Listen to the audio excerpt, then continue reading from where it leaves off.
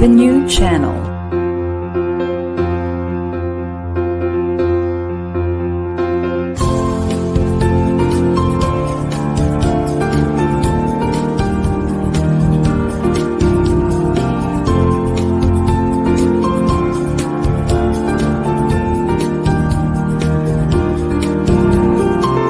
The new channel.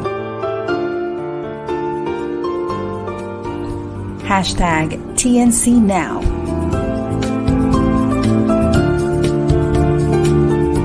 The views, opinions, and insights expressed in the following shows are those of the host, producers, guests, and viewers. They do not necessarily reflect the position of the channel. Viewer discretion is advised. Hello everyone, and welcome to another episode of Founder Failures, where we bring entrepreneurs together. Inspire individuals to get into startups. And remove the stigma of failure. Hi, I'm Shan Mendoza. I'm Aaros Cabrera. And I'm Carlo, Valencia.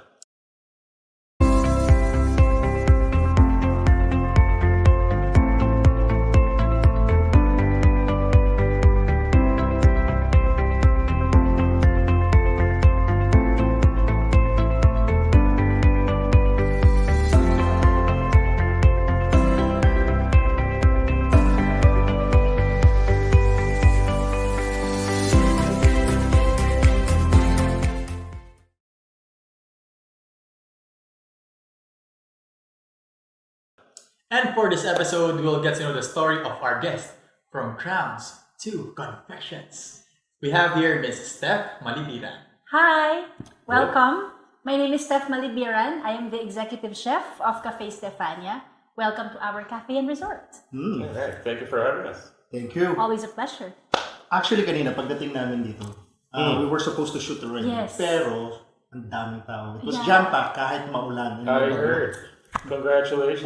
Thank you. It's a blessing talaga today, you know. It's very rare that, you know, cafes and restaurants get filled up when it's raining, di ba? So, lalo na kami, malayo kami, tapos napupuntahan, tapos umuulan pa. Salamat talaga. Dinadayo talaga. Opo. Actually, very overwhelming. The place is so, comfortably in the eyes. Alam mo yun, pagdating It mo. was. Yeah, It is. Very, I just came here and I love the parking, by the way. Thank you. We really thought about Very that. spacious. One of our goals is to have a huge parking space. I love it. Alright. Actually, bro, I just heard earlier na si Miss Steph Malibiran was a beauty queen. I am. Wow. I was. Yeah. So I am a beauty queen. I was a beauty queen. How do you call that? I joined pageants since I was 16. I joined Miss Manila, and then I won Miss Teen Manila. And then after that, there are pageants in betweens. I joined Bini Pilipinas, Miss Philippines Earth, and then my last pageant was 2013. I joined an international pageant, and then I won Mrs. Asia International Tourism. Thank you, in Malaysia. Mrs. International Tourism. Yes. I love Pride of San Luis, Batangas. I represent Yon. Batangas. Wow. Batangas. Yeah. So you do that, Batangas City! I did not. Okay. Sorry. Parinig namin yung mga intro. Meron bang I just had like Stephanie Malibiran, Philippines. Okay. It's not like it's a Miss Universe from Batangas City. I know, I don't like going up. I don't like going up. Every time somebody asks me where I live, that's what I say. City! Pasig City. Anyways, speaking of, from Beauty Queen, you've started your own cafe. Yes. Right? Which is Cafe. Cafe Stefania, where happiness is homemade. Yon. I love it. Actually, very catchy yung Yeah, tagline niya. yeah. Thank you. Happiness is homemade. Yes. How did you start your cafe pala? Starting up my cafe, well, owning a cafe has always been a dream of mine, as well as a bookshop. And then during the pandemic, I learned how to bake, to cook. So I fed my husband, my daughter. They liked it. And then during small parties, I cooked, I baked, and then they liked it as well. Then it just happened. I told my husband, Doc, I want to put up a coffee shop. And then he said, go, do it. So he was very supportive because he will feel it if it's the right thing to do. And I really felt it in my heart that time. So I said, I love to drink coffee. I love to bake, and then I love it more when I make something and I see everyone eating it. It's the best feeling ever. So Doc was very supportive of my decision. Right. Yeah. When did you study your culinary? I studied culinary at ISCAM, Quezon City. Yes, during 2022, the summer of 2022. Recently, Yes, that? recently. But you've been cooking prior to that. Yes, I'm a home cook. I consider myself a home cook more than a chef, Fantastic. actually. Yes. Yes. So from beauty queen to cafe owner. Thank you. Thank you. Pero it's like more on It's like like- an overnight success, ano? Kasi from being a beauty queen to Who would have thought, right? Yes. Who would have thought? It's really very contradicting because when I cook for my family, but I've never cooked for a huge audience. So to do this is really what could I say? It's risky and exciting at the same time. Yes, until now, I feel that adrenaline, good and bad. Fantastic. Shall Yes. we move to our first segment? Sure. Yep, sorry. Go Yeah. ahead. Speaking of from beauty queen to cafe owner, would there be like failures from? Let's start with the beauty queen first. Sure. Would there be failures during that Oh, time? a lot. I've encountered a lot of failures, a lot of pain, small, big. But What's the I would most painful? the most painful was when I joined this a Mrs. pageant. Okay. I thought I'd win because you're a seasoned beauty queen. You Experience. your experience wise, I have it, and then I didn't win. I didn't even place for the runner-up position. I just What happened? I replaced. I don't know. For some reason, it's not for me. So I was very overconfident. I knew I had it. So the main lesson that I've learned is to not be overconfident. Until now, I bring it. Right. I teach that to my daughter. Be confident, but don't be too overconfident. Actually, Yeah. I would like to share that particular failure story.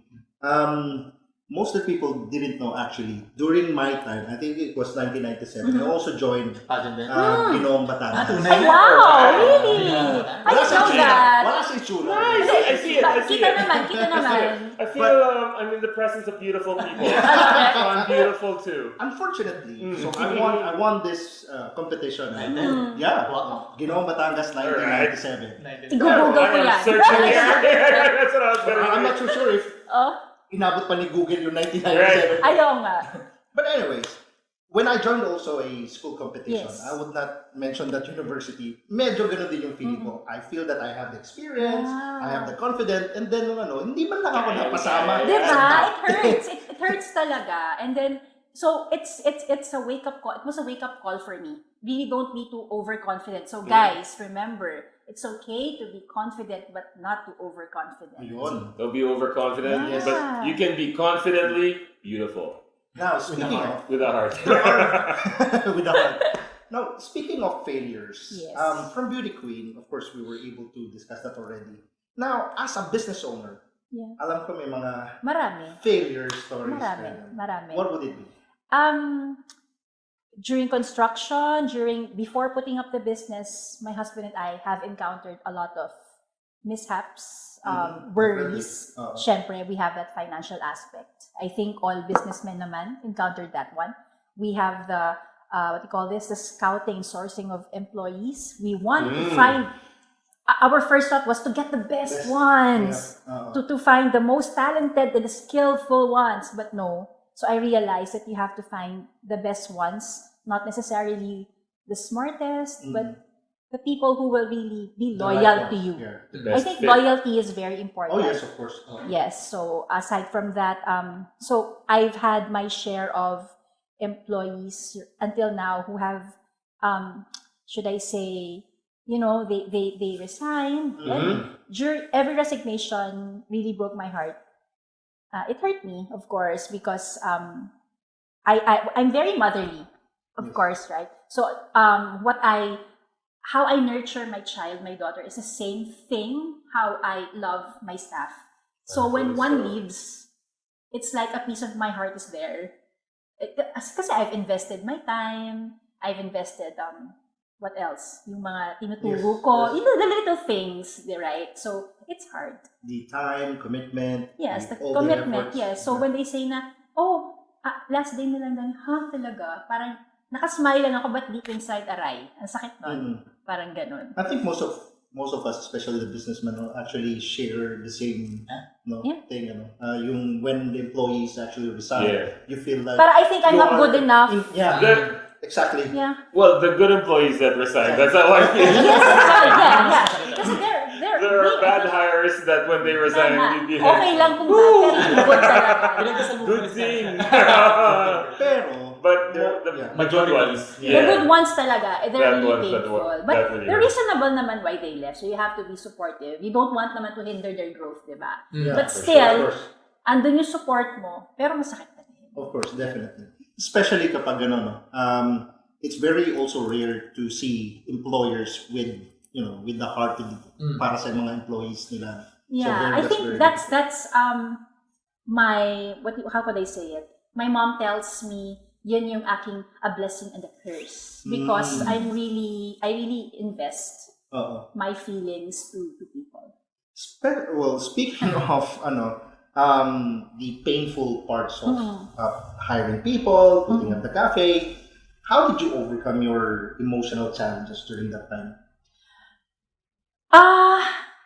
Well, I talked to my husband. Yes. I talked to, syempre, you have to let it out. Otherwise, you're just gonna explode. I talk to my mom. She listens to me. I think basically yun lang naman outlet ko. Kinakausap ko lang naman yung mga taong pagkakatiwalaan ko talaga. Your inner circle. My inner circle. Yeah. I don't talk to other people, just my husband and my mom and my daughter. So whenever I let it out, I feel better after.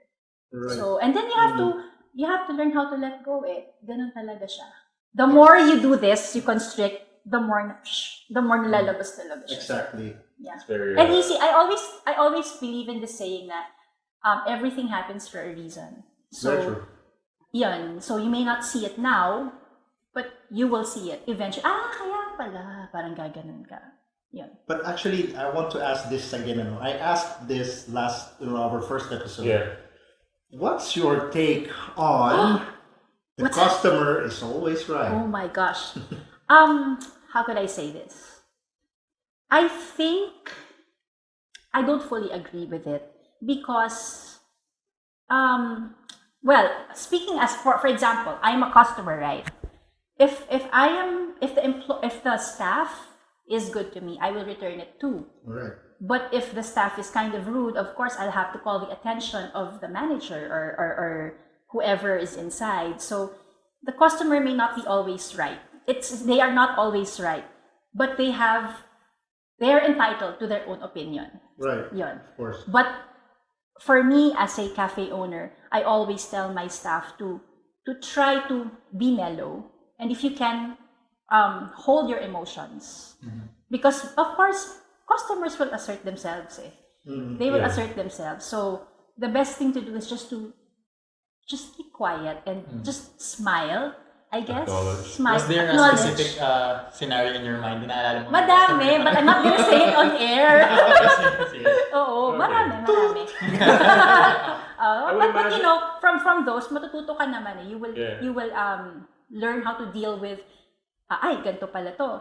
Ay, sa next naman. Ganyan. Yes. Tsaka, pero what's nice about these people is, some come back. So when they come back, you know already what to do. You know how to take care of them. Right. So, you mean they complain but they still come back? Yeah. Fantastic. They do. So, alam ko na, okay. That's a good sign. So, very good sign. Parang thankfully na naririnig ni Lord yung prayers ko na. Kasi syempre, isa yun sa mga isipin ko at night na, what if, kasi it happens na bigla na lang may ayaw na customer, kahit first magagalit na lang sila, ganyan. So, sana talaga wag akong padalhan ng mga ganyan ni Lord.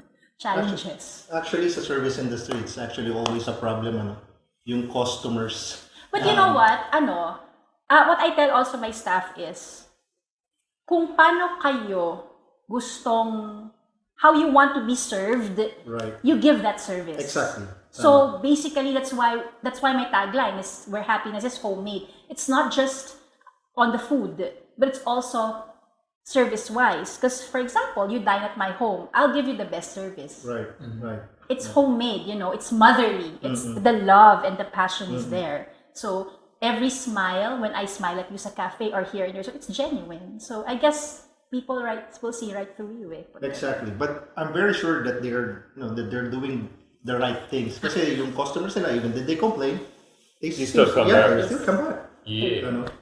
So, would there be specific lessons that you want to share and that you, until now, you carried from your career as a businesswoman?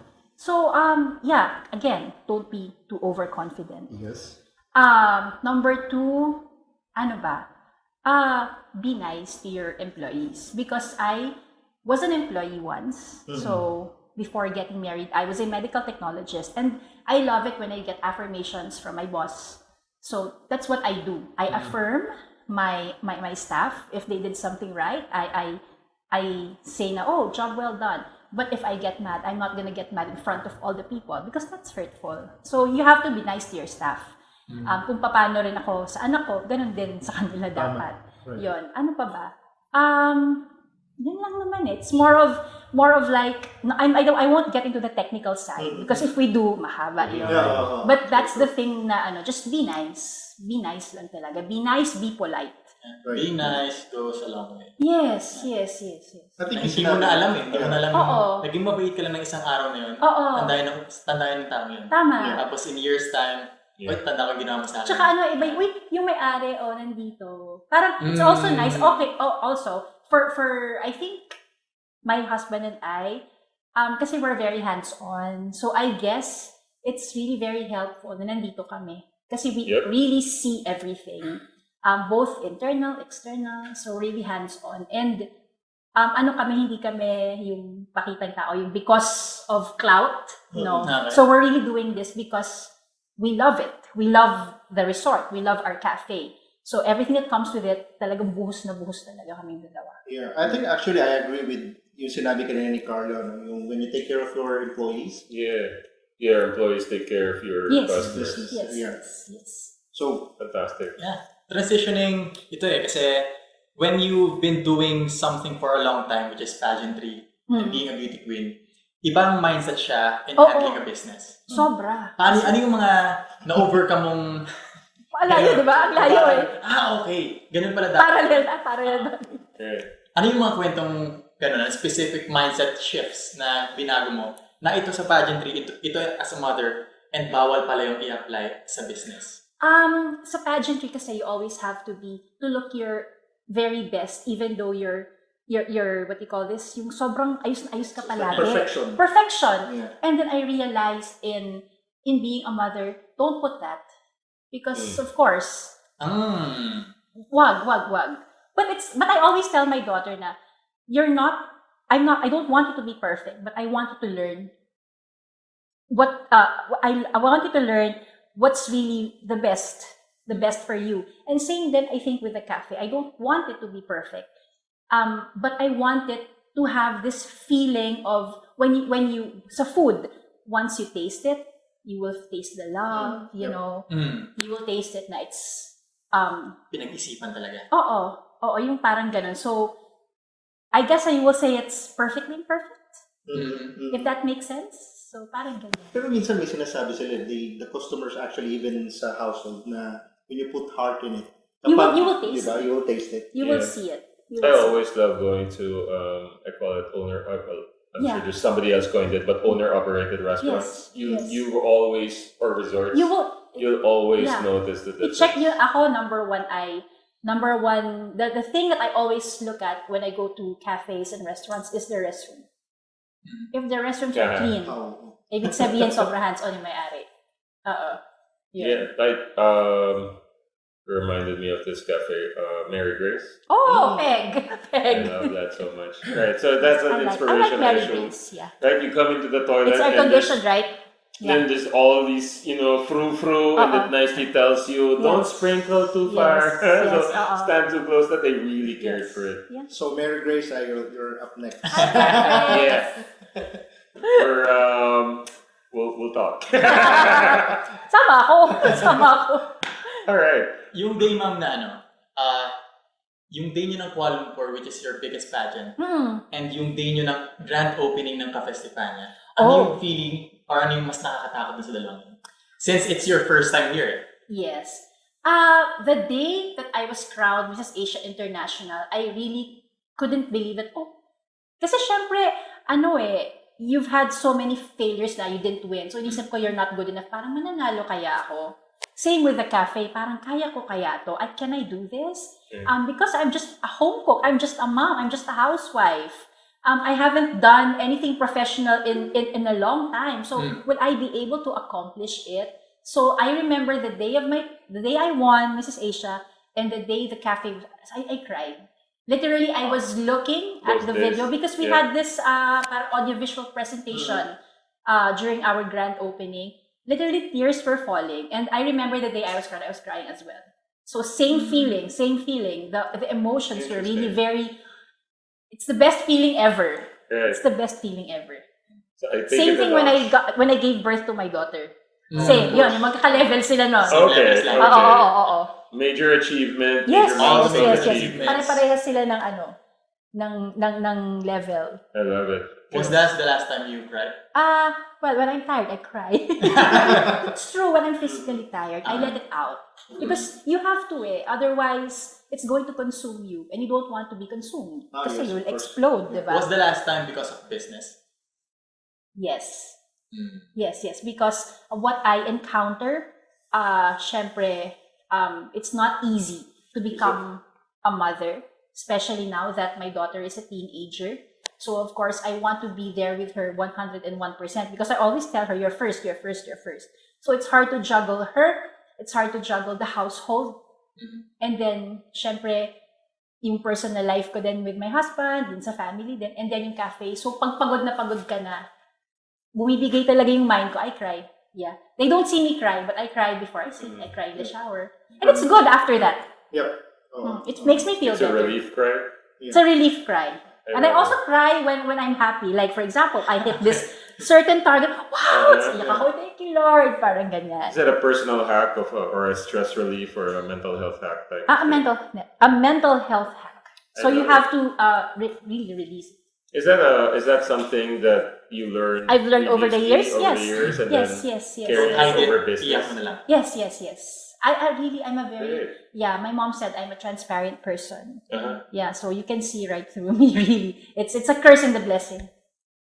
I personally think it's very important for business. Really? Transparency. Transparency. Because being vulnerable then. I think being vulnerable, you don't have to be ashamed to be vulnerable. Because when you're vulnerable, you will learn a lot Hindi naman yung, if the more you don't show it, the more you will make mistakes. I think. Diba? Right. Yep. All right. Okay. Now I think this is the most interesting part. Yeah. I love the fact that I'm talking about it. Yes. Yeah, of course. So. Hinanda talaga namin Ano para sa Yan gusto ko. What's the tell us? So you launched last December. December 18, 2022. It is the ghost month, raining, and you are For fully August? packed. Oh no, not for us. Sorry, but thank you, Lord. August, you're so good. So tell us, what do you think brought you to this level of success this early on? First, I think it's because we really put our heart into it. I tell you, it's not superficial. What you see in us and my husband, what you see is what you get. So we poured our heart, our souls, our passion, our commitment. So I guess that's the foundation is so strong that you can't shake it. Do people come in because of that, or are they coming? They keep people coming back. The people who come now. Well, at first, the people who come, they feel it. The people who came during the first few months, of course, were the people we knew. But now the people are coming from all over the places already, and we don't know them. I'm really happy. How do you think that happened? I don't know. Marketing? Word of mouth. I think word of mouth. I think word of mouth because I post on social media. It's a very big tool, of course, very helpful. But I think also what I hear from our customers is that they were referred by this. They heard it from Ganito. Yeah. Right. Yes. Is that something deliberate, or is that because of that all hard Well, I think passion as a to byproduct? modesty aside, some customers say that the taste of our food is consistent. It hasn't changed.